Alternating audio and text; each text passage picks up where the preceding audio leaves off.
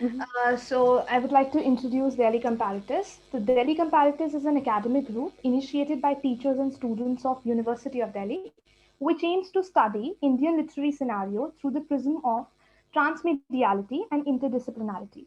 The core focus of the group is to develop a critical understanding of the social and political dynamics of multicultural Indian landscape. The various events, research projects, and collaboration embrace themes such as comparative studies, literary historiography, transmediality, digital humanities, among others. This group endeavors to create a sustainable and socially relevant hub. The primary intention is to engage with and enhance the tools, methodology, theory, and approaches pertaining to these dynamically interactive areas of study. I would like Shimoy to take over now. Thank you. Thank you so much, Kriti, for introducing Delhi Comparatist. I would now talk about my own subgroup, Diaspora and Memory Studies. As Kriti mentioned, that there are several research groups under DC, and one of them is focused on diaspora and memory studies. The way we are trying to organize the lectures on this particular research forum, we are trying to introduce or focus on topics related to migration, the diasporic experiences, the problems faced by the diasporic immigrants, mainly focusing on empowerment of women and the agency that they try to gain in the host nation, and also the significance of memory and forgetting, and the impact of trauma on the formation of diasporic identity. So till date, we have tried to uh, organize the lectures in a varied way. And our primary intention is to ensure a dialogue between these various disciplines, engaging scholars who are grounded in multiple focused areas. And we really hope that after following the talk, the discussion or the questions are really going to prove or provide a new dimension to the way comparative study function today. Thank you so much. Now, I would like to introduce our distinct speaker. Dr. Runa Chakraborty Paunksnis is currently teaching at the Faculty of Social Sciences, Arts and Humanities in Kaunas University of Technology, Kaunas, Lithuania. Her research interests include Dalit studies, subaltern literature, gender, and media representations. She presented her research in various international conferences and seminars. She was awarded a fellowship for a collaborative research project, Manly Matters, Representations of Maleness in South Asian Popular Visual Practice, funded by the Annelies Mayer Research Award granted by the Alexander von Humboldt Foundation, Germany.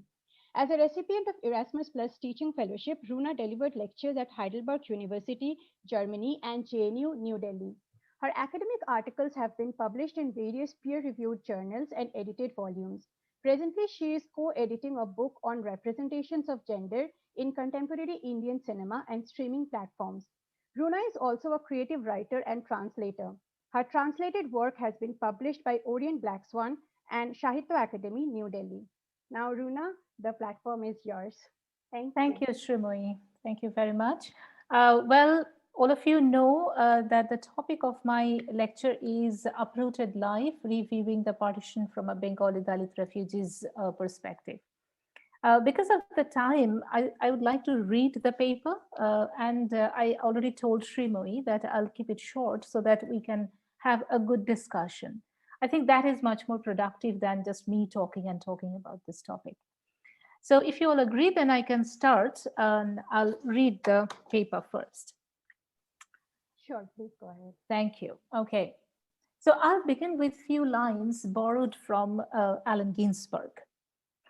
In September on Jesser Road, Ginsberg writes, and I quote, millions of babies watching the skies, bellies swollen with big round eyes on Jesser Road. Long bamboo huts, no place to shit but sand channel ruts.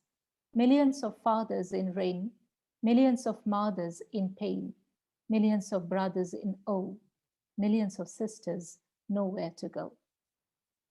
These poignant lines reignite in our minds the memories of the dreadful transnational migration that occurred during 1970s when, as a result of the genocide in East Pakistan, millions of Hindus fled from their ancestral homes and took refuge in West Bengal.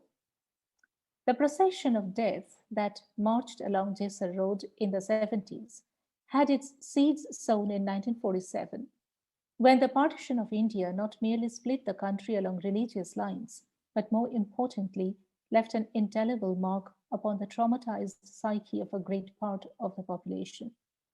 However, while volumes have been written about the partition of India and its aftermath, little is known about the impact this cataclysmic event had on the Dalit community in Bengal. Our historical understanding of the partition often compels us to ignore the fact that those Bengali refugees who suffered most in their long and arduous journey in search of homes actually hailed from various low caste communities. As pointed out by Shekhar Bandyopadhyay, and I quote from Shekhar Bandyopadhyay, by the beginning of 1951, following the disturbances in Khulna, about 1.5 million Hindu refugees had arrived in West Bengal. Majority of them were Namashudra peasants. When Pakistan adopted an Islamic constitution in 1956, about 320,000 refugees crossed the border to West Bengal. Many of them were Namasudras. End quote. By the way, I'm sure you are aware that Namashudra refers to a section of Bengali low caste communities. Quite surprisingly, in spite of such a massive exodus, the dominant discourse of knowledge maintains a strange silence about those low caste refugees who were primarily engaged in agriculture or such other rural occupations before the partition.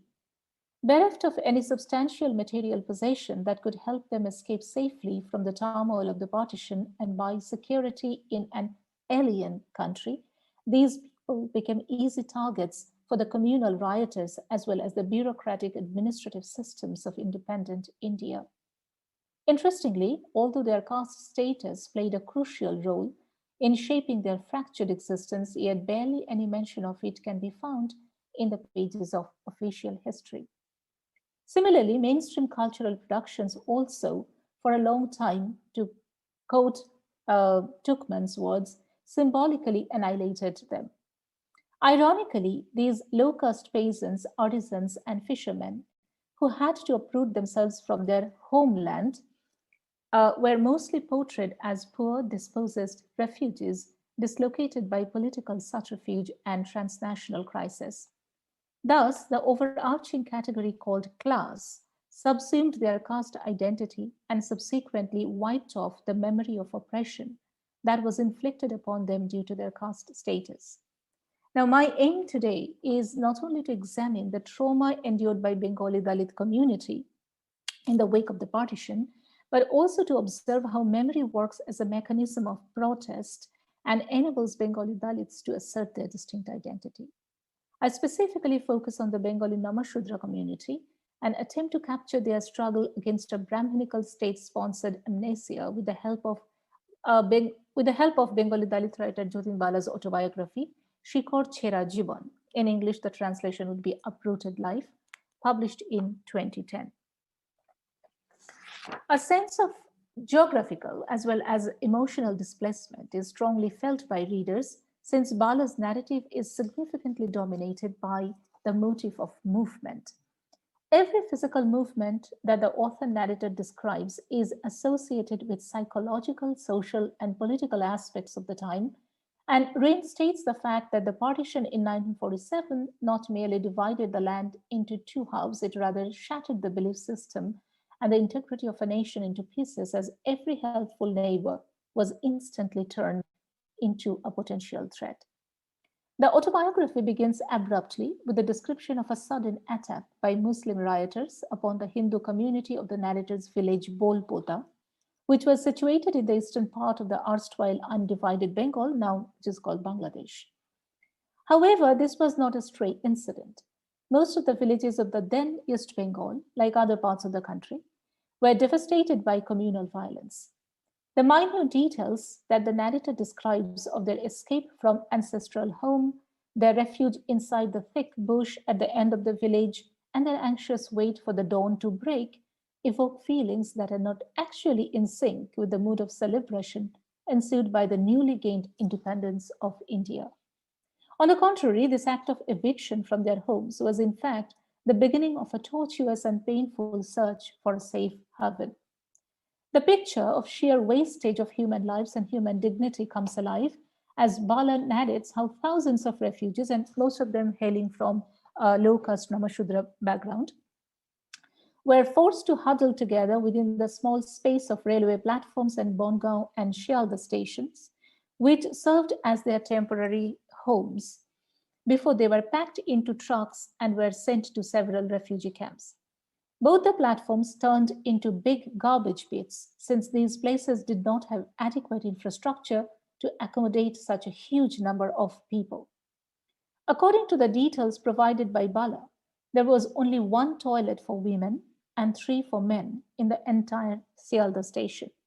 The very mention of this fact suggests how insufficient was the then government's help in providing migrating refugees a healthy and hygienic environment befitting human existence. Bala's narrative informs us that not an inch of the platform was left empty. Many people were waiting in queue and they were fighting like animals as soon as a square foot of space was made available. People were urinating, defecating, eating, giving birth, and dying, all in one place. The image of helplessness and desperation becomes evident as Bala describes how a young pregnant woman, tormented by her labor pain, had no other option but to give birth in front of thousands onlookers at the Sealda station without any medical assistance. He writes, and I quote from the original Bengali, which I translated. I mean, not the entire book, but definitely this part. Streams of blood were flowing down the concrete floor of the platform. Luggage stored nearby, as well as the backs of those who were sleeping there, got soaked with blood. People who were eating in the vicinity found their plates floating on a pool of blood. End quote. Needless to say, official history does not provide such vivid description. However, Bala's autobiography, despite its genre's limitedness, offers an opportunity to witness those facets of the partition that have always been kept hidden by the mainstream discourse. Bala's experience of constantly being shifted from one refugee camp to another speaks volumes about the partisan nature of the post-independence administrative system, which was mostly run by officials belonging to high caste communities. According to Bala's narrative, the refugees, who are mostly the people of Dalit community, were packed in trucks like cattle and were dumped in refugee camps, which are basically empty, arid places or boggy marshlands. They were given wax-coated tents and a few wooden logs to build their homes. It was extremely difficult to stay inside such tents during summer, since the places where these camps were set up were open stretches of land without shady trees. People residing in these tents often used to have blisters on their bodies, and some people even died because of the heat. Again, the wax coating of these tents, getting melted by the blazing heat of summer, often created holes through which rainwater in monsoon used to pour incessantly, making it impossible for the refugees to live inside the tents. Healthcare facility was hardly available in these camps, and mortality rate was always high due to diseases, malnutrition, poverty, and the attack of poisonous creatures. Now, I have a video material. I don't know whether I'll be able to show it or not. I'll try to.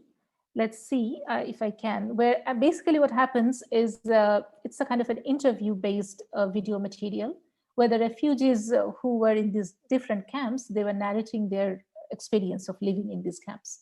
There is no subtitle there. I can translate it afterwards. Let me see if I can do that. Wait.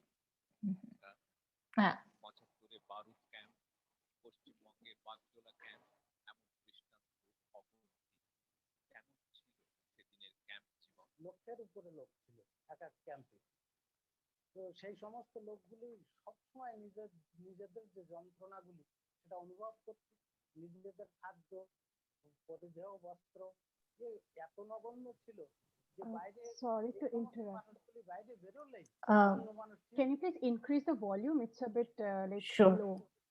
Thank you. Okay. এরা ক্যাম্পের মানুষ। যখন 64 এখানে মানাগাম্বে আসি একটু জল ছিল না, সকালবেলা একটা কলের গোড়ায় কমসে কম 5টা 6টা মার্ডার হয়ে যেত এক মুখ জলের জন্য। প্রখর রৌদ্রের দিনে মানুষ কাতলা মাছের মতো হাঁপাতে থাকে।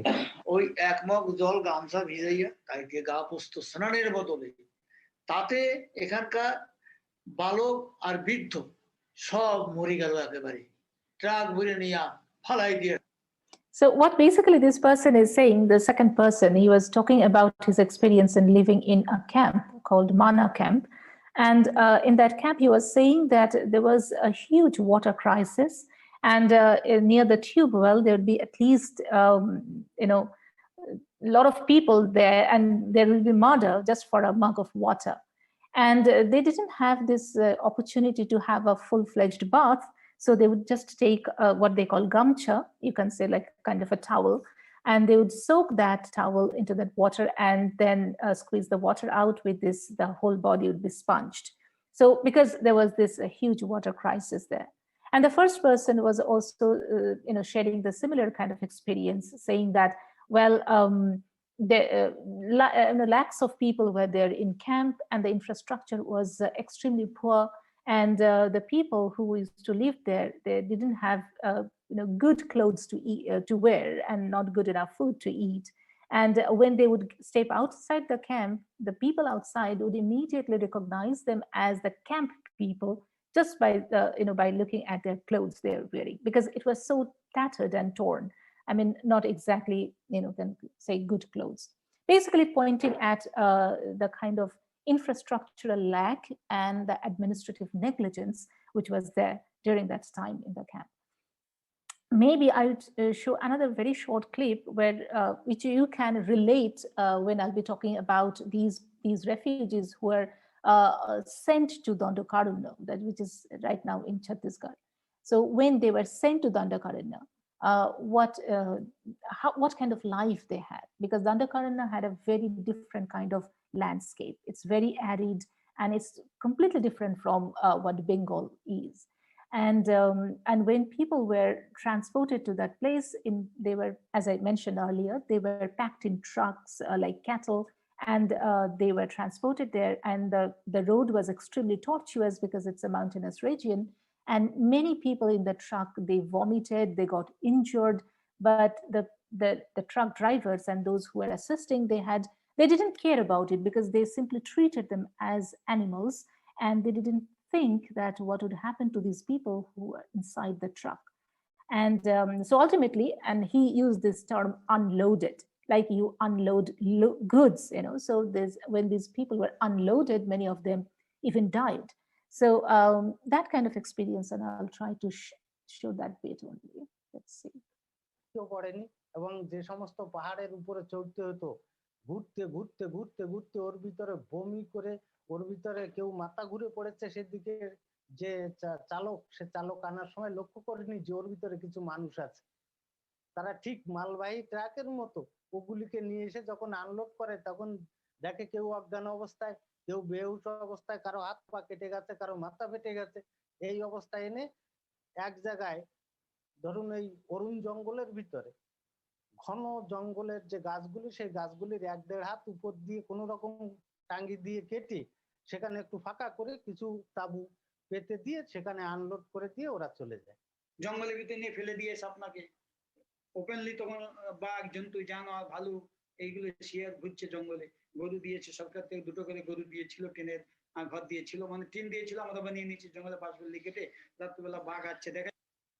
So you can see that a lot of things that are being said here is basically about their experience of how they were treated by the administration. So the government gave them some 2 cows or some sort of assistance, but that was very meager and it was not helpful at all. So just to go back to the paper that I was reading, so these harrowing details numb readers so much that one really doesn't get surprised when Bala informs that the refugee camps seldom offered any educational facility. According to his account, there were only 2 teachers for 300 students in a camp school, which he attended during his stay in one of those transit camps. However, in his opinion, this infrastructural inadequacy I already mentioned this infrastructural inadequacy. It was in fact a well-calculated Brahminical strategy devised for depriving the Dalit community of the benefits of education. This is what Bala basically says in his autobiography, that it's not just negligence, but a calculated, very well calculated strategy. By the way, many scholars, many critics, they criticize it, saying that this is a conspiracy theory that many Dalit writers they put forward. But at the same time, many Dalit activist writers and authors, they believe in this theory, but it's known as the conspiracy theory. The prospect of being educated was also deemed by the fact that children raised in these refugee camps had to take up hard manual labor in order to support their families. For instance, Bala, who was a young boy then, had to sell edible plants collected from marshlands. He also worked as farm laborer in the fields of upper caste people and local peasants who were extremely exploitative and inimical to the low caste refugees. The meager amount which he used to earn through his day-long hard work was barely enough to get him 2 square meals. This must be noted here. Similar experiences of camp life were also narrated by another Bengali Dalit writer, Manoranjan Bapari. The glimpses of life in refugee camps provided by both Bala and Bapari indicate a strong Brahminical bias of the then government, which employed covert and overt mechanisms to keep Dalit refugees in a perpetual state of flux. For instance, Bala narrates how some refugees who protested against the government's decision to transfer them from Bhandarhati refugee camp to Bolagod refugee camp were dragged out of their tents in the middle of the night and were brutally beaten up by the police. In addition, the government also stopped providing the cash dole so that the refugees are forced to obey the order. In Bala's opinion, the Brahminical ploy of the administration was again proved when the then government of West Bengal decided to send refugees to Dandakaranya, which is now in Chhattisgarh, and just now I talked about it. This decision in the name of rehabilitation was deemed as a blow to the Bengali identity, since leaving West Bengal permanently would mean separation from Bengali language and culture. However, it appears that the upper caste refugees did not have to encounter similar constraints. Bapari pointed out the discriminatory practices that had been prevalent during the post-partition rehabilitation project. In his autobiography, it is called Itibritte Chondal Jivan, My Chondal Life. He wrote, and again, this is my translation, I'm quoting from the book, "This is a naked truth that all the prestigious high positions in the government, as well as in the opposition party, were held by upper caste people who have been nurturing the contempt for low castes since the time of the Vedas. It is this loathsome mentality that prompted the then government to deal with the camp refugees in a ruthless, inhuman manner. But the encroachers, who mostly belonged to the upper castes, were not treated badly because of their caste camaraderie." End quote. Elsewhere, he mentioned how the government turned a blind eye when high caste refugees illegally encroached on lands within Calcutta. However, the government machinery inflicted unspeakable violence upon low caste refugees as they tried to settle down in Moridchapi, a small island in the Sundarban area in West Bengal. This is basically reference to the event called Moridchapi massacre, which happened in 1979. It is interesting to note here how the Moridchapi massacre exposes the Savarna bias of the communist government, which was then in power in West Bengal. Although official statements deny such allegations and justify the eviction of refugees by stating that Moridchapi is a UNESCO-declared protected area, Bapari's account points at the existence of Brahminical hegemony in Bengali society. Experiences of post-partition trauma narrated from a Dalit perspective make us aware of the significant role caste plays in determining the lives of millions of Indians. Shrioyee Jibon provides blatant examples of caste discrimination prevalent in Bengali society. Bala remembers how during his stay at the Bolagor refugee camp, the incident of taking water from a tube well located near a Brahmin house led to an open confrontation between the local upper caste people and the Dalit refugees. The notion of purity and pollution was so intense that the local upper caste people of that area were not even willing to let low caste refugees have water from their tube well. The new post-colonial nation state made it evident that it demanded complete subservience from the Namushudra refugees. Bala, in his autobiography, recollects how the Dalit refugees often had to endure the condescending attitude of the government officials as well as the local people of West Bengal, who deemed the refugees as quote-unquote outsiders since they were, again, quote-unquote, allowed to reside in India. Ironically, their religious status made them equally hated in East Pakistan, and thus incurring the wrath of two major religious groups, the low caste refugees found themselves in a state of limbo. However, Bala's narrative is not solely about enduring the fate of subordination passively. It is also imbued with a revolutionary zeal that was ignited not only at Bolagor camp but also in other refugee camps of West Bengal. Several revolutionary organizations such as United Central Refugee Committee, All Bengal Refugee Council, and East Bengal Relief Committee were founded to protest against the arbitrariness and tyranny of a dictatorial government. The contribution of left parties in this regard was noteworthy. Bala's narrative records the significance of the contributions made by communist organizations, though many scholars criticize them for not paying attention to the specific problems of the Namashudra community. This view was strengthened later by the incident of massacre at Moridchapi, an event which points out how the notion of post-colonial subalternization, to take the term from Nair, continues in its myriad nuanced forms. Dalit refugees, however, accepted the leadership of Jogendranath Mondal, whose emergence is considered to be a milestone in the history of the refugee agitation in West Bengal.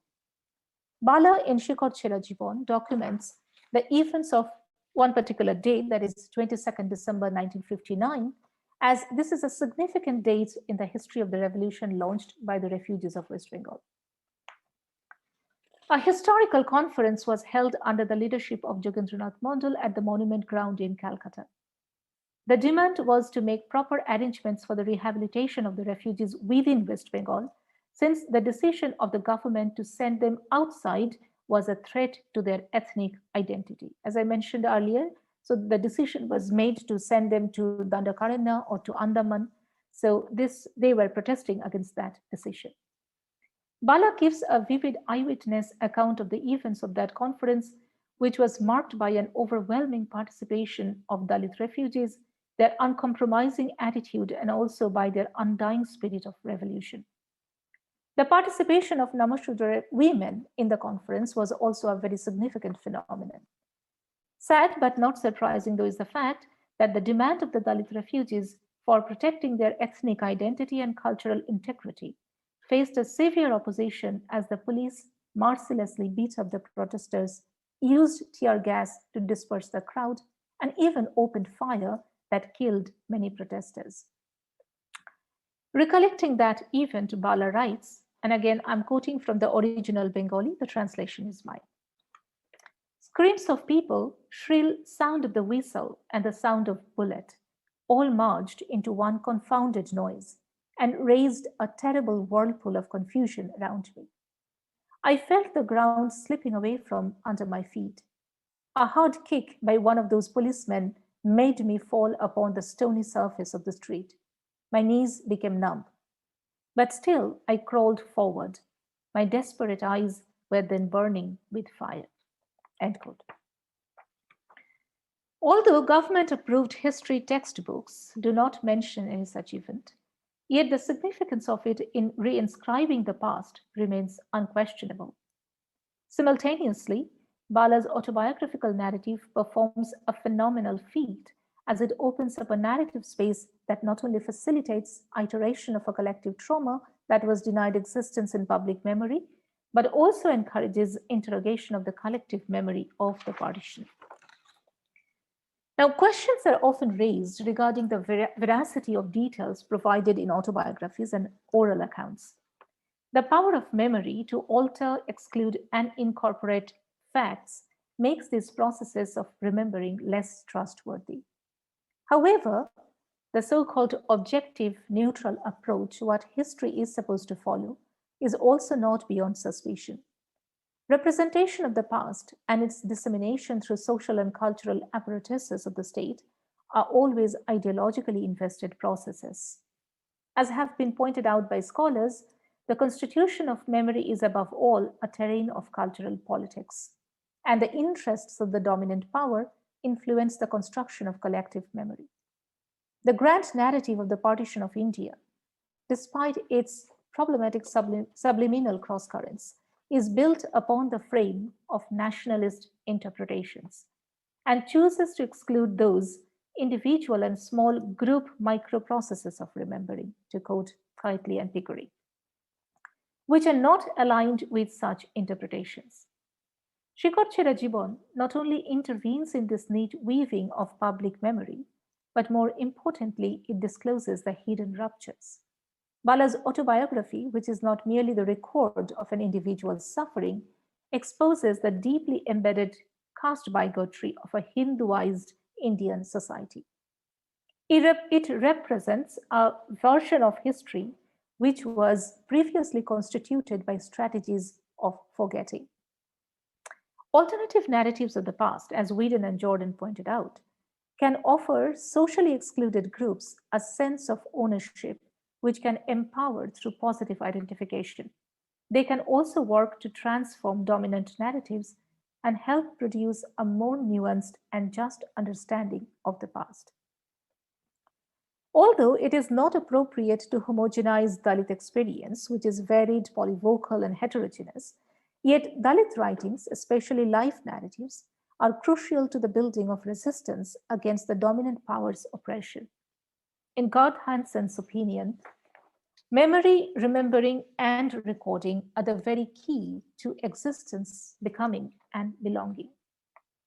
Shikorchera Jibon records the existence of the excluded low-caste Bengali refugees within the dominant narratives. The power of counter-memory to challenge the hegemonic collective memory fuels Bala's narrative. It not only destabilizes the mainstream collective memory of the partition, but also aptly reveals how Bengali Dalits reclaim their identity through recollection of their fractured past. Thank you.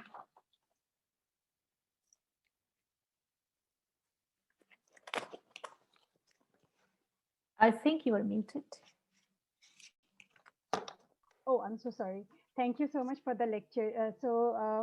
Participants, you can please put down your questions or directly ask Runa. Before we get any questions, as I was listening to your lecture, I was constantly remembering Amitav Ghosh's The Hungry Tide, because he also mentions 1979 Morichapi massacre and how people were like the illegal settlers in Dondokaranyo and how they were treated almost like animals. So yeah, actually this word you used, illegal, is extremely interesting, because who should we call illegal? How exactly. were they made illegal? Yeah, exactly. And as you mentioned, like they were outsiders allowed to stay in the country. Like who are these people who are to allow them to stay in the country, and like distinguishing them or like differentiating them as outsiders? exactly. So this is a very like like insightful and like controversial topic, I may say. But thank you so much. Thank you. Yeah, I would actually like to have a more discussion-oriented structure here, because just speaking on and on is really boring, and that too on Zoom. So if anybody has any thought to share. Yeah, we were talking about technical glitch in the beginning of the event. Yeah, I am so sorry. I'm so sorry. I It's just showed okay. that. I'm so sorry. Yeah, yeah, Shri, please go ahead. You would like to like start a discussion before anyone decide to like put their Yeah, I question? think that's because it's very specific to the Bengali history, Exactly. and most of our participants here are not Bengalis. So maybe that's why there are not too many questions yet. So let's start with a discussion which we can have. Would you like to place Matua movement in that? I understand what you have covered. First, let me really say this, that uh, it's really when we are celebrating the golden jubilee of Bangladesh's independence, which Bengali historians have always celebrated as the assertion of Bengali identity over Hindu-Muslim identities. Mm. When you look at the migrations that happened, and also that's one point where there needs to be critics. And the second one is when since 47 migrations happened, and how the treatment of those who migrated was not really caste based. I mean class based. I'm sorry. Marid Jhapi says it all. Maybe those who are not aware of the Marid Jhapi incident, there was, I mean, Communist Party in power. People returned and wanted to live in a land of Bengal, which was like far away. They were not claiming the mainland, but they were actually massacred. Uh, and this shows why in understanding Indian history, we need to bring in the caste question, which Runa has brought in, and she has brought in with very important inputs from those who suffered and those who have written about it. Before any of you ask any question, I will just ask Runa one question. How would you like to look into the Matua movement in this context? Well, I mean, Because Matua when you movement, said, I think, yeah, please. okay. So For others, I just want to explain that when she talked about this migration of Namashudras, there was a religious subsect movement as well, where Horichand Thakur, right? yeah. Yeah, So Horichand Thakur wrote in basically Namashudra. started that Matua movement. You can say it is Right. something in opposition to the dominant religious movement, but its focus was not so much on religion, but rather it's a more of a social reformation movement. So, Exactly. And Runa, I'll stop just adding one thing, because as I said, our listeners are aware. It's a very, I mean, history has its own way of looking. Jogen Mondal, who supported Pakistan, had to actually return with Namashudras to India. well, I'll actually, No, yeah, it's I'll your, come to that. I'll come to that. yeah, please. Yeah, Okay. sure. The thing is, Horichand Thakur was the so-called, the founder of the Matua movement, and later his son Guruchand Thakur, who also joined and in fact expanded the movement scope much more than it was before. Guruchand Thakur, in fact, with some of the missionaries, in fact, they started some schools for the Namashudra or the low caste communities. And this is very interesting, I found, because my research centers around Dalit literature. My own PhD dissertation is on Dalit women's life writings. And I also do a lot of work on Bengali Dalit writings. Some of my papers published in this and are going to be published soon. One of them is specifically on this issue of the politics of silencing. So the thing is, Guruchand Thakur was reforming the low caste community at precisely almost the same time when Ishwar Chandra Vidyasagar was doing almost the same thing for so-called society. But that society that we are talking about is mainly what we call the upper caste society. Though the name society is given, only the upper caste people who belong to the high castes, they get the benefit of it, while the low castes, they are most of the time deprived. So we see that this is how history works, that we all remember Ishwar Chandra Vidyashagar, and I have immense respect for that person, for the kind of work that he did. But at the same time, we were never told when we were children and we were in school, we were never told that there was another person almost at the same time doing the same work. And that scale is also massive. And this was never mentioned, and this is how history works. I mean, the official history with a capital H works. So yes, Motua movement, if we look at it, Motua movement has become an extremely complicated thing at this point of time. That's why saying anything, putting it in this context would be extremely wrong.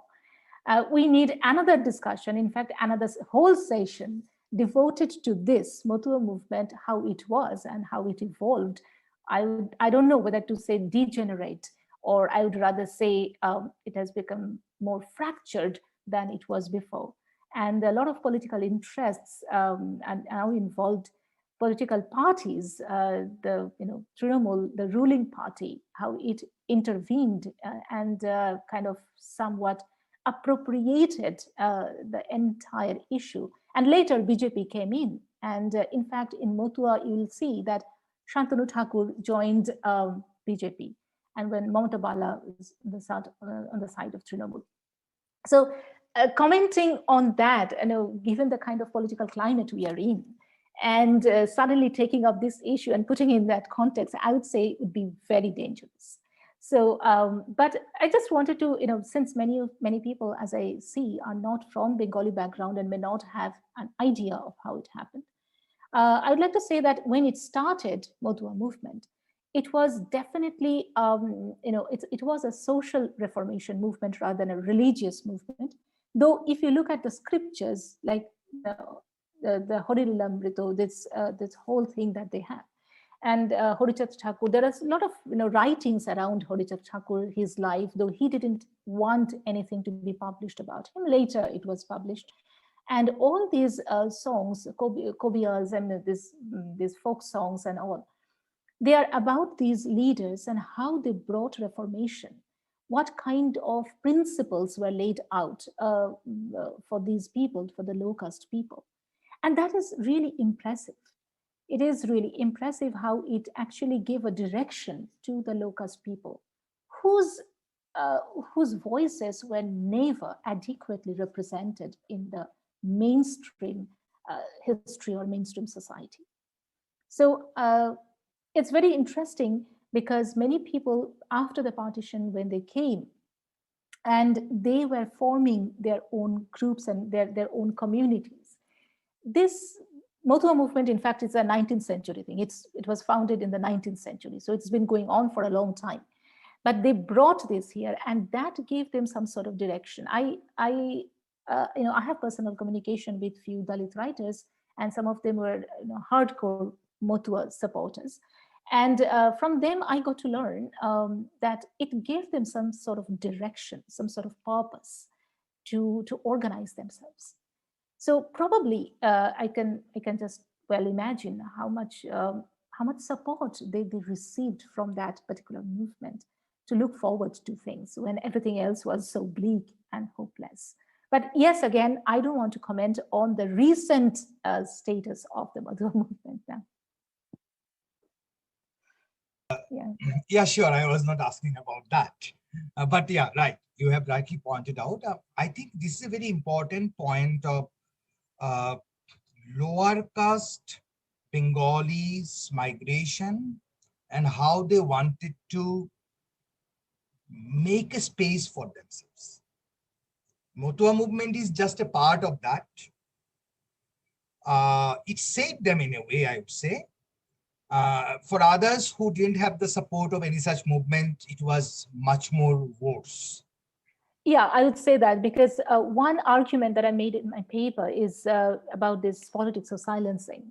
that about Bengali Dalit literature, and one reason why it was not so flourished, and or rather it took a long time to flourish compared to other other parts of the country, is this partition and their fragmentation.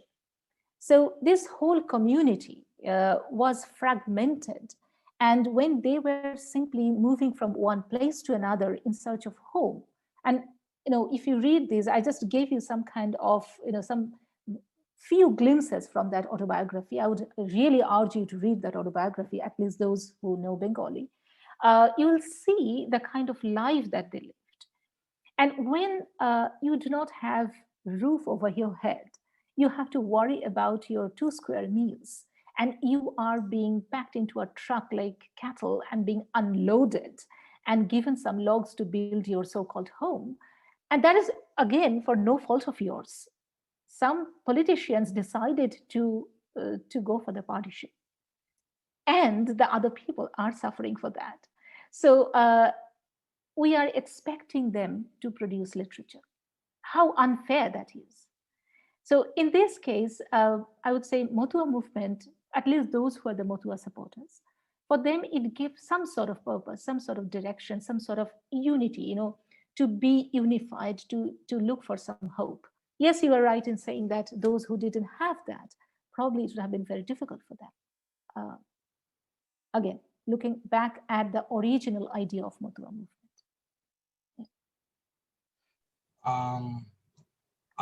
Okay, Shri, in between, please keep a track of whether there is any other question. Because I want to add, Runa, I mean, when I studied partition, Bangla, Bengali nationalism, etc., it was very interesting that if you even look two partitions, now that I'm in Delhi, we do comparative Indian literature, so two partitions are often compared.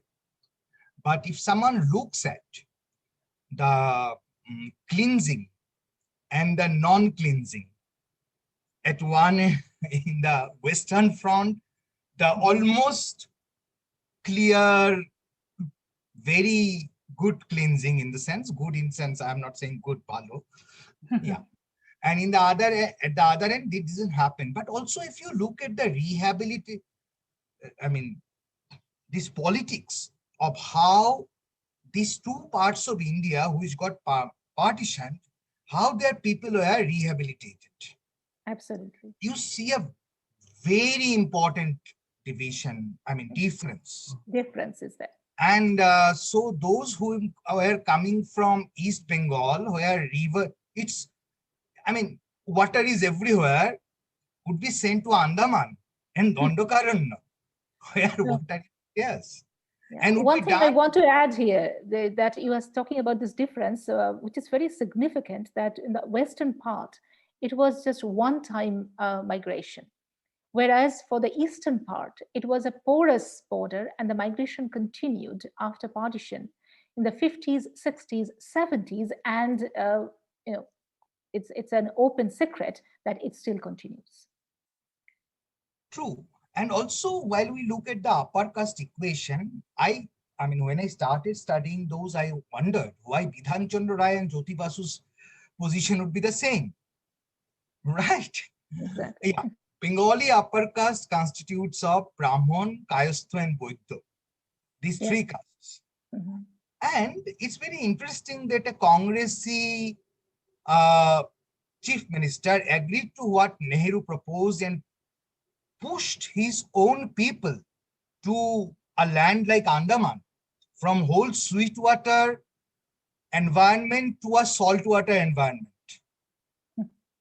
And Jyoti Basu, when some of them wanted to come back and make a space, act as Bidhan Chandra did. Interestingly, I didn't spend much time on Morijjapi. In fact, I thought everybody knew about it. I'm sorry. I should have talked more about Morijjapi. The thing is, what happened in this, the whole story behind this Morijjapi, why people came, and because they were told by many of these communist leaders who went to Dandakaranya and gave, there were some political campaigns, and they were told, if you come back to West Bengal, the people of West Bengal would welcome you. And that's the reason. But obviously, what's the catch here? That they would have to vote them to power. Back then, it was the Congress who was the ruling party, and in West Bengal, Siddhartha Shankar Rai. And then the communists, they were trying to come to power. And because of that assurance, many of these survivors of that Morichapi massacre, they told that because of that, they came from Dandakaranya, because Dandakaranya was a completely inhospitable place for them. As you mentioned, from sweet water to salt water, imagine those people who mostly were agriculturalists, were fishermen or peasants, these kind of people, if they were taken to a landscape which is completely arid, where nothing can grow, and also they had to fight with the tribals of that place, who are the so-called indigenous people. They didn't know their language. And there was a constant fight. And some of the interviewers, they said there was all these tigers and all these animals and things were there. So we can understand what they might have been going through when they had to resettle in a place where they are surrounded by people who do not speak their language, and they can't even do what they know best, that is cultivation. They can't do that, so they have to look for some other occupation, and they're not good at that. They have to learn that, right? So when some people, some ministers go, some leaders go and give them the assurance that, okay, fine, you come to Morichapi, or not Morichapi, you come to West Bengal, and you will be welcomed.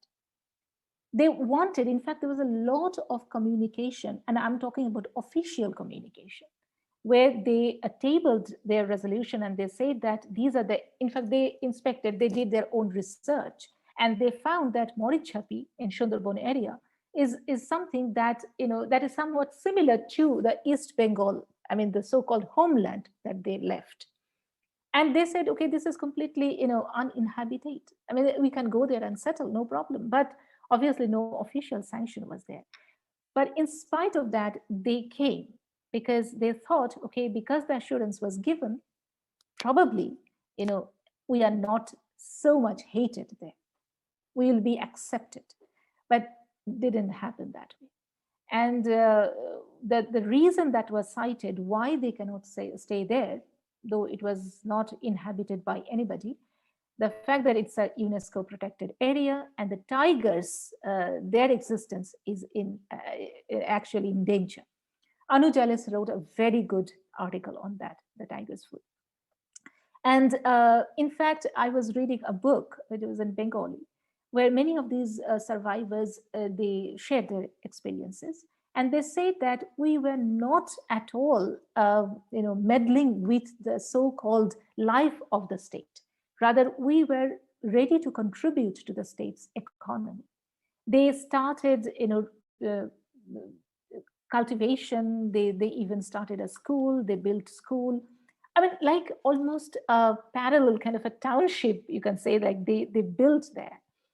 And in spite of that, in 1979, as you know, maybe many of you know, that the communist government, and Jyoti Basu was the chief minister. It's quite shameful that a party which was proclaiming the rights of the proletariat ultimately did something so horrible and obnoxious.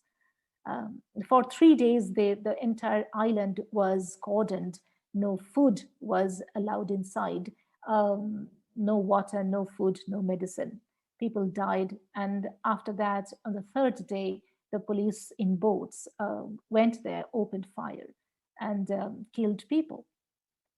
When thousands got killed, the official report says only 10 people died. And this is really laughable, ridiculous thing. And this happened, yeah.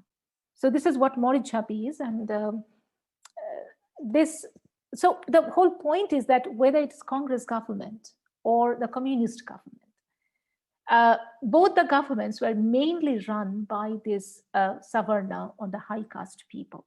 So if we take out the caste angle completely, perhaps we won't do a good job if we have to look at the history of partition and its aftermath.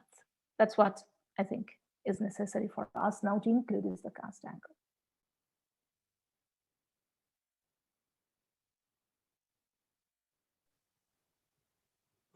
Shri, I don't think there is any question.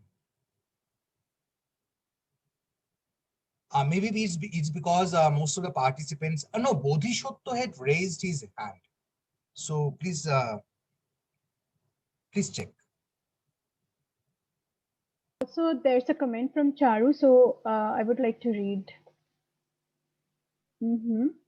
So she says that, okay, I wish to know if there is any literature produced by the migrants, folk songs, etc., that throws light on a shifted or altered notion of nationalism. I cannot speak or read Bengali, but would love to explore the rhetoric of resistance or an alternative historical consciousness emerging within the suffering public sphere. So you would like to comment on that, maybe? Anything specific? Did I mention any specific question that she has put in? She is basically asking, she would, but would love to explore the rhetoric of resistance or an alternative historical consciousness emerging within the suffering public sphere. Yeah, I mean, if you are looking for some books, then I can definitely recommend some books. But I think she mentioned she is not a Bengali. Yeah, and she cannot read Bengali. She cannot read Bengali. It's really shameful that not many of these good books are translated in English. I personally try to translate whenever I can, and I'm also working on a project of translating Bengali Dalit plays. And well, there are several good books, in fact, but mostly they are written in Bengali. Monoranjan Bapari's books have been translated. I think his autobiography has been translated in English. And Kollani Thakur Charal, her work also translated in English. So if you read these, there are two key writers, in fact, Bengali Dalit writers who are writing now. And you will find this rhetoric of resistance. And especially I would recommend Bapari's book. In fact, Bapari wrote something in EPW as well. There is a short article you can find out in EPW, that is Bengali Dalit writing, Bangla Dalit writings. It's along with Meenakshi Mukherjee. It's quite old, 2007, I guess. You can see that 2007 EPW article. So yeah, best I would say that if you read Bengali and if you read them in original, perhaps you will understand the nuances of this resistance. But till then, you can read these books. And Shekhar Bandyopadhyay obviously has written a very good book, but that's more from a historical perspective. Thank you so much. I mean, with the translation, most of the meanings and the essence get lost. So obviously. Yeah, absolutely. Because I translate, I know that so much is lost in translation. Yeah, but still, at least you get something. Yeah, sure. Better than nothing. Yeah. I mean, we don't have any other questions. So I would just like to add something, because currently I'm researching on impact of memory and forgetting in diasporic identity formation. And I mean, obviously, when I talk about this text by Bharati Mukherjee Jasmine, it's not about Dalit, but the Hindu Sikh riot and how the protagonist tries to I mean, consider memory not as a protest, but forgetting as a protest. Because she does not, when she is in America, she says, I don't want to like have any fractured memory or anything related to India. Like I'm completely detesting Indianness to become American. So I was just wondering how this collective memory and personal memory affect the, I mean, identity formation of the diasporic people. That's very interesting. Because I contextualized it in this Dalit context here, forgetting is, rather than forgetting, even remembering this fractured life is much more important, because that is how you basically build your identity or reclaim, as I say, reclaim your identity. Just a while ago, I was talking to Amitava, and I was saying that, this, when there was a Matua movement, it gave them some sort of purpose, some sort of direction, originally, the original Matua movement. In fact, the personal memory, as you mentioned about Bharat Mukherjee's, this, in the diasporic context, it may be for how it worked that way. But if we put it in the Dalit context or in any subaltern context, more than forgetting, it is, I would say, restoking that memory, even if it is fractured, even if it is completely maimed, and remembering itself is a painful process. In spite of that, that process somehow builds that identity which has been lost somewhere, and you want to reclaim that to reaffirm your own existence. So, for example, maybe you are aware of Sujata Gidla's book, Ant Among the Elephant. So she is in diasporic context, and in spite of, let's say, forgetting, there is a tendency, there is a, what she did is kind of reclaiming, remembering, and through remembrance, again, going back to that root, that whole idea of who am I, or who, basically, what is my root. And it's kind of retracing. For her, it's quite removed, but still. So I wouldn't say that rather than remembering, forgetting is a strategy. It's rather remembering in spite of its painfulness, in spite of its difficulty it involves. In many cases, like, for example, in Dalit context, again, when people were talking about their experience in these camps, or more specifically for those survivors of the Morichapi massacre, there are a lot of works now on Morichapi massacre. In fact, a full film is, I think, soon to be released by Bodhan Mukherjee. It's on Morichapi. So in all these, what we see is that the process of remembering itself is extremely painful, excruciating in certain cases. But that remembering, that process is needed. It's necessary to build that identity, or to reclaim that identity. That's how I look at it. That's how I read these Dalit texts, because I see they are trying to do it constantly. And even Sujata Gidla's book, it's written very recently. Again, it does the same thing, though in a different way, in a different context. Thank you. And can we say that this process of remembering is similar to what Amitava talks about homing desire?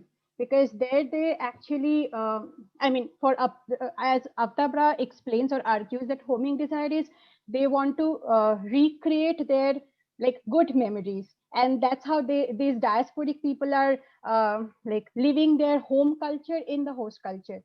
So can we say this partial remembering or forgetting is similar to homing desire? Well, again, it depends. I wouldn't like to see it as a very homogenizing experience. Mm-hmm. When we say diasporic memory, whose memory? Because diasporic memory itself is not a homogeneous concept. Mm-hmm. It is extremely fractured, broken, and heterogeneous. So in that case, I would say, yes, of course, there is this desire, and this partial forgetting is necessary in that, this entire, you can say, the fabric of that home desire. But again, I would be rather cautious to make any kind of blanket comment on this, because I don't see diasporic memory as a homogeneous concept. Mm-hmm. That's how I would like to see it. Yeah, I mean, I get that, because when I'm working on homing desire, it's mostly not the painful memories, but how they used to spend their moments with their family members. Absolutely. Or culinary items with the substitute ingredients they're trying to recreate. Yeah, so absolutely. Yeah, I understand your point, and that is very much relevant. It is possible. Only the thing is, how do we look at it? What is our context? So if you want me to put this in the present context, where I'm talking about a Dalit, and this is also, there is a home desire, because always these people, these so-called refugees, if you look at them, they were constantly going back to that time where in East Bengal, what kind of facilities they had, what kind of land they had, life they had, and how they were uprooted and suddenly they were brought to a land which now, in fact, I'm just reminded in Manoranjan Bapari's autobiography, he was saying that we heard that we have to go to India. That I found extremely interesting because India is a different country. So it is an alien place for them.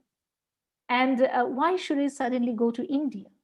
And why should I suddenly call India as my homeland? So this whole idea of homeland is extremely complicated for these people.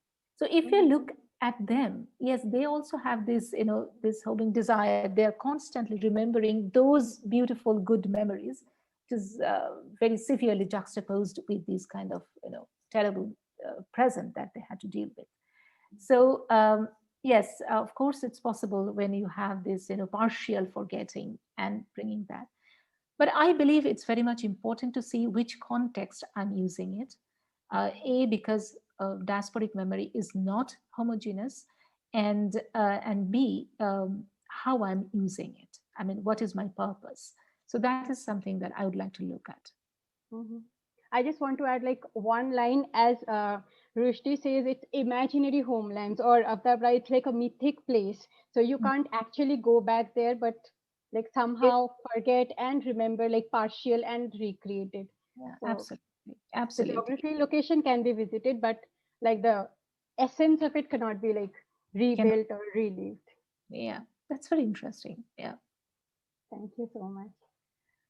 Amitava, would you like to add something to this, or like any other? Because I haven't seen any questions in the chat box yet. Yeah, I mean, if anyone wants to add anything, then they can add. Of course, I would like to add, but if there is anyone else who wants to add anything, otherwise I'll add. I mean, even after that, I'll add. Okay, it seems there is no other question. So, Runa, okay, really, I mean, those who are coming from other parts of India, for them, this experience of the Bengalis had due to partition is a bit alien because it's different. In Punjab's partition, west shifted to west. In Bengal's partition, east shifted to west, or even farther than that. And this story is very interesting. I'm coming from I'm not saying, I don't want to say that because I'm from this family or that family, but that's very interesting. My grandparents' district was for 3 nights in Pakistan.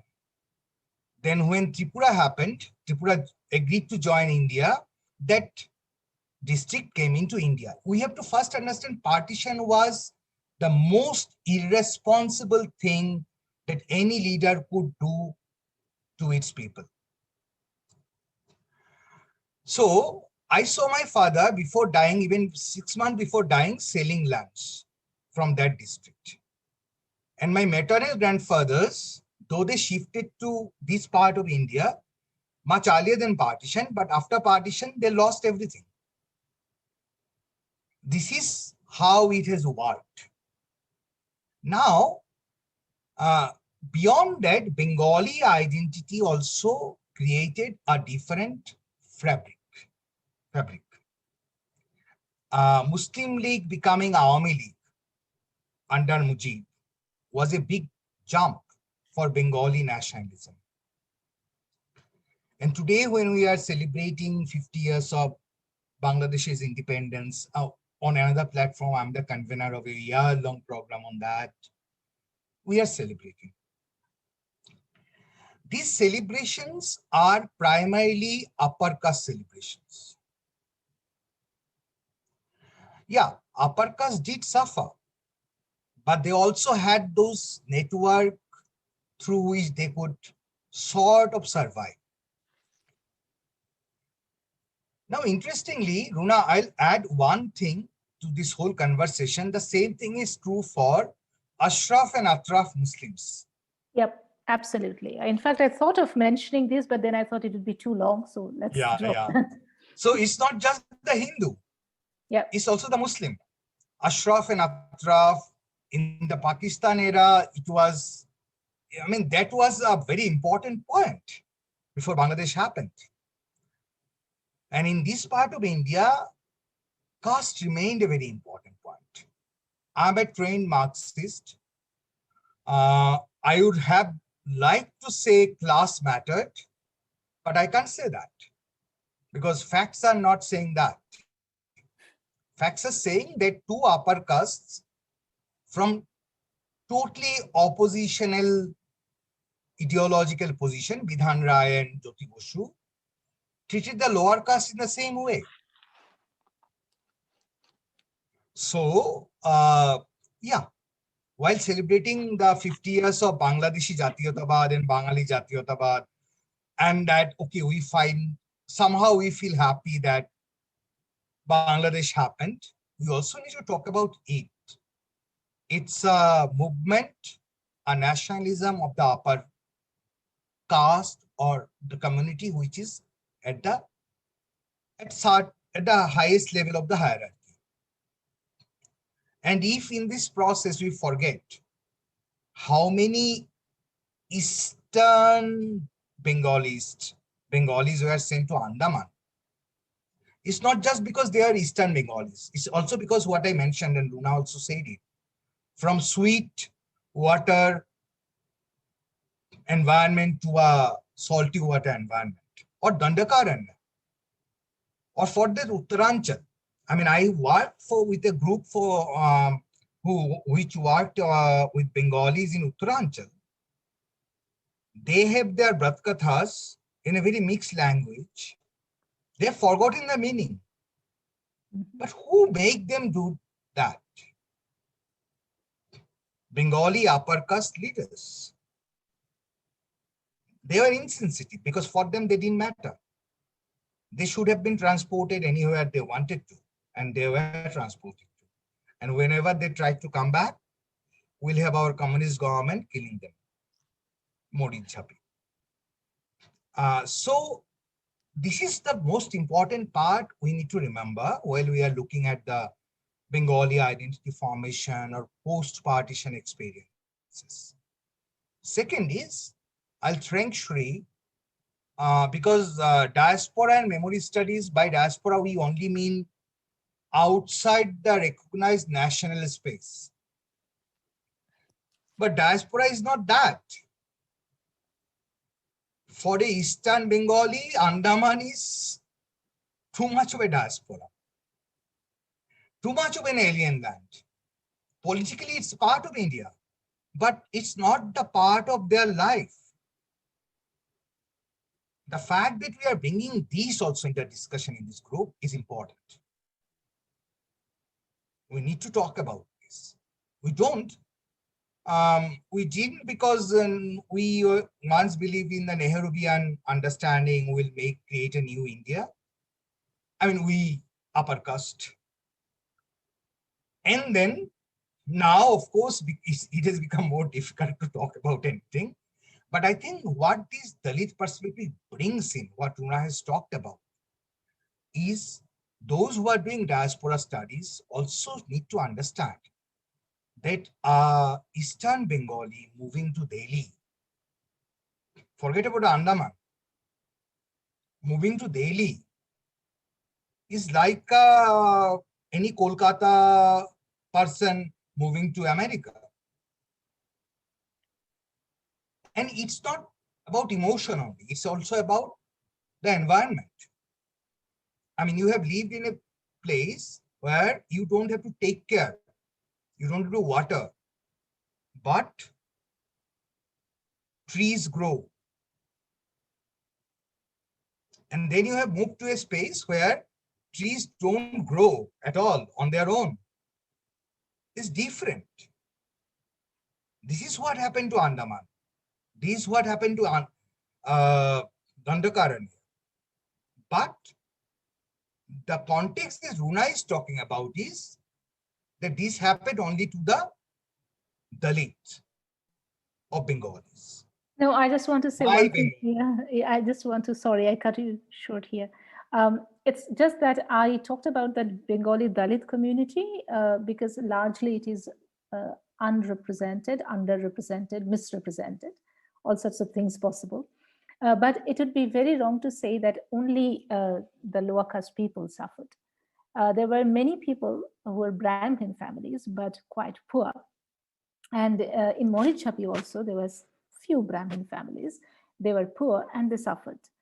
In one of the interviews, the video that I was showing, the one interviewee actually was saying that they had a reservoir, they made a reservoir and where they were storing all the rainwater for the purpose of bathing and purpose of washing clothes, because the government stopped all means of getting water. And when they stored water in that reservoir, again, the government officials, the police came and kind of used some poisonous element so that the water became completely unusable. Not only unusable, those who were bathing in that water, they had blisters and some died. So one interviewee, she was saying that many people died, and there was a Brahmin family which had 5 sons, and all the 5 sons died because they bathed in that water. So yes, it would be very wrong to say only Dalit people suffered, and the upper caste people kind of they didn't suffer. That would be wrong thing to say. My own family also came from East Bengal. But what I gathered from my own family, I saw that my father's family, in fact, my father's family came from East Bengal, and they came much before the partition.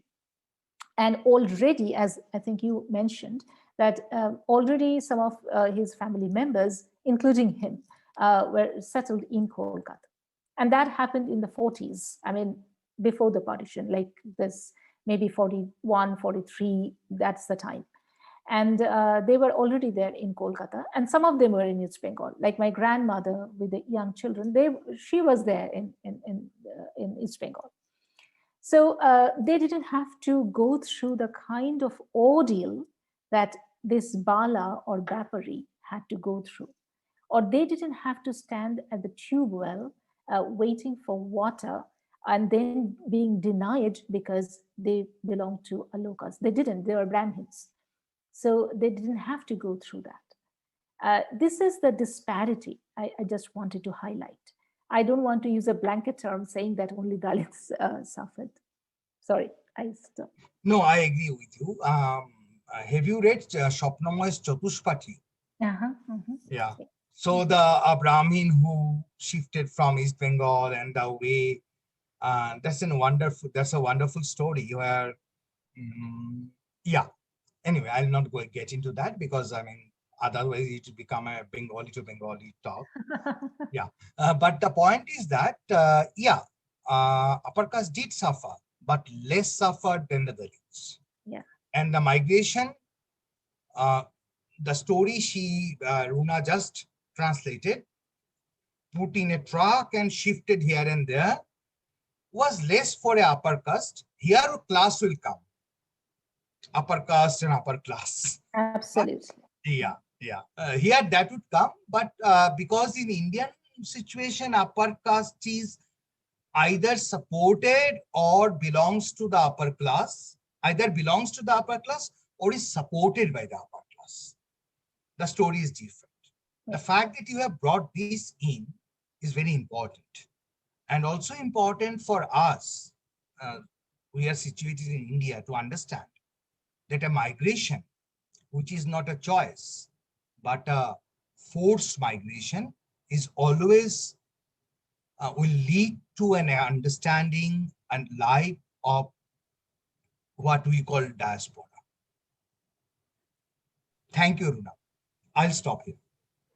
I just want to add like one statement to this, that also one privilege of the upper caste was they were represented like more in the forefront than these Dalit people. So this representation also changes the whole picture. I think so.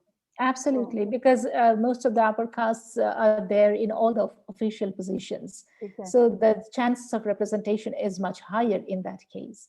And as Amitava was saying, like upper caste, upper class, so why wouldn't it happen?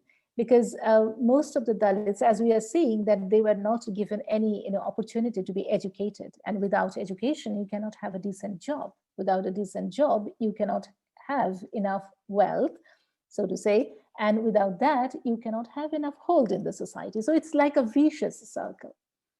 And then we say that, like, they are not represented because they do not have that access. Nowadays it's changed. I wouldn't say that it's the same. It has changed a lot, and I welcome that change, because we believe in equality, we believe in democracy. Let's have some belief in that. But thank you so much for this insightful talk. It was really, really like Thank you interesting, very and much. it like intrigued so many questions, and the problems that actually exist but is not talked about or are not talked about. So thank you so much. Thank you, Shrioyee, for inviting me, and thank you, Delhi Comparatists, for inviting me. So again, from my side, I hope some sort of thoughts have been discussed here, shared here, and if we can carry forward this discussion in your own way, you can carry forward that discussion. That would be great. Thank you. I just now saw a question. So Amitava, can we take like this final question? It depends on Runa. If she is ready, we can take. I think this is a bit far off, but if she wants to take, let her take. Yeah, it's okay. It's okay. So Nasima is mhm. asking, is there any similarity between this incident and the persecuted Rohingya people? Well, again, I would say that a lot of similarities are there, and especially the way Rohingyas, when they were, I heard, I mean, I was not following that very much, but I heard that they were trying to enter through the northeast, and some sort of, from the government side, the present government side, there was some kind of, sanctions were imposed, and the local people were told not to help the Rohingyas who were coming in.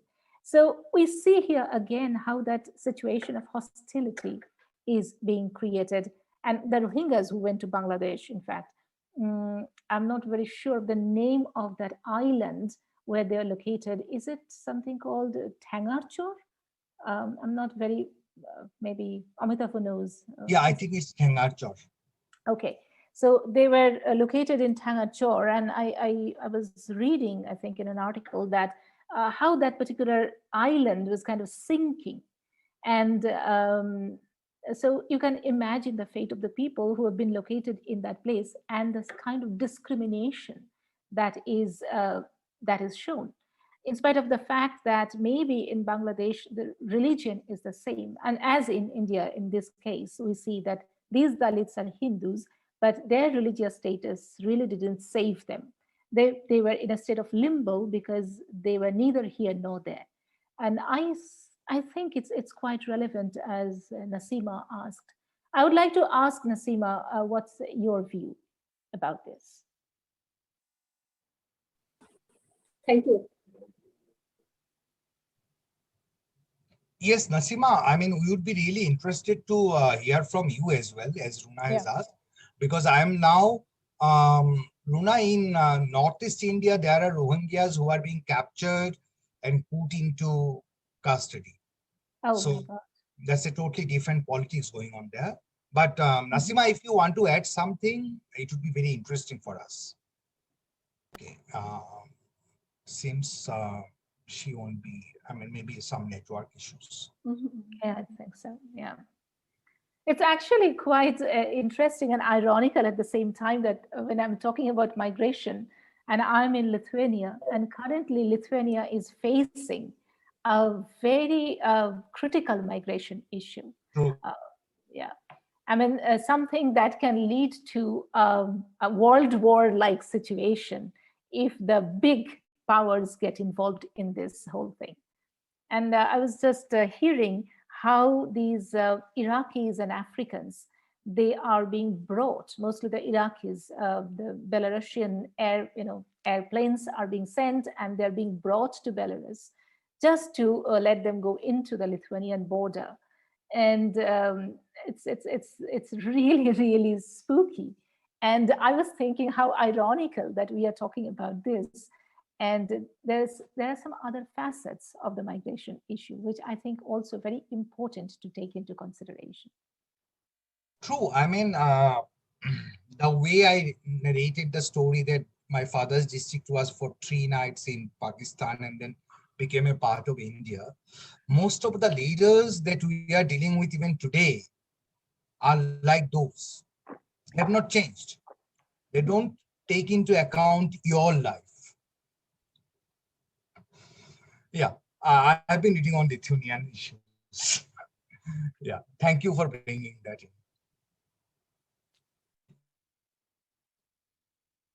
So any further questions or comments?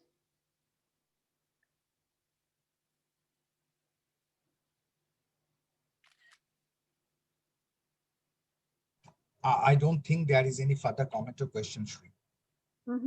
So should we like come to the last stage of the event where you say the vote of thanks? No. I'll put the, okay, you want me to put the vote of thanks. Right. No, I don't think I need to put a vote of thanks as officially as it is required. I just want to tell, I have already told Runa, I just want to tell that the point that you are bringing, you are much aware of that. The Bengali intelligentsia has not dealt with it yet. Not sufficiently, yeah. Yeah, not sufficiently. Manoranjan Bepari, Kollani Charal, and Onil Sarkar. You should read his poems as well. Fascinating, very good. I'm currently, as I was saying, that I'm doing a work on Raju Das's Dalit poem. I mean, Raju Das's plays. He is a Dalit playwright. So what they have tried to tell us, which have been interestingly, very interestingly, if someone is interested in Bengal's political history, interestingly, every Dalit voice has been sidelined by both the Congresses and the communists equally. And hence, this is a point where we should start talking. And when it comes to diaspora, because this is a lecture organized by the diaspora group also, we need to understand that in India, forceful migration to any place leads that person or that family or that community into diasporic experience. Thank you. I mean, I must, hence I am thanking both of you, Runa and Shri, for bringing this to our notice and for really putting your time here.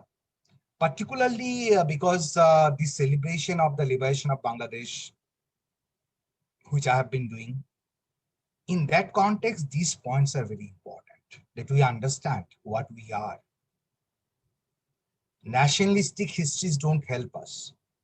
Histories that come from who have suffered will make us a better civilization. Thank you, Runa. I'll stop here. Thank you, Amitava. And actually, a big Dr. thanks to Runa, both of you. Thank you.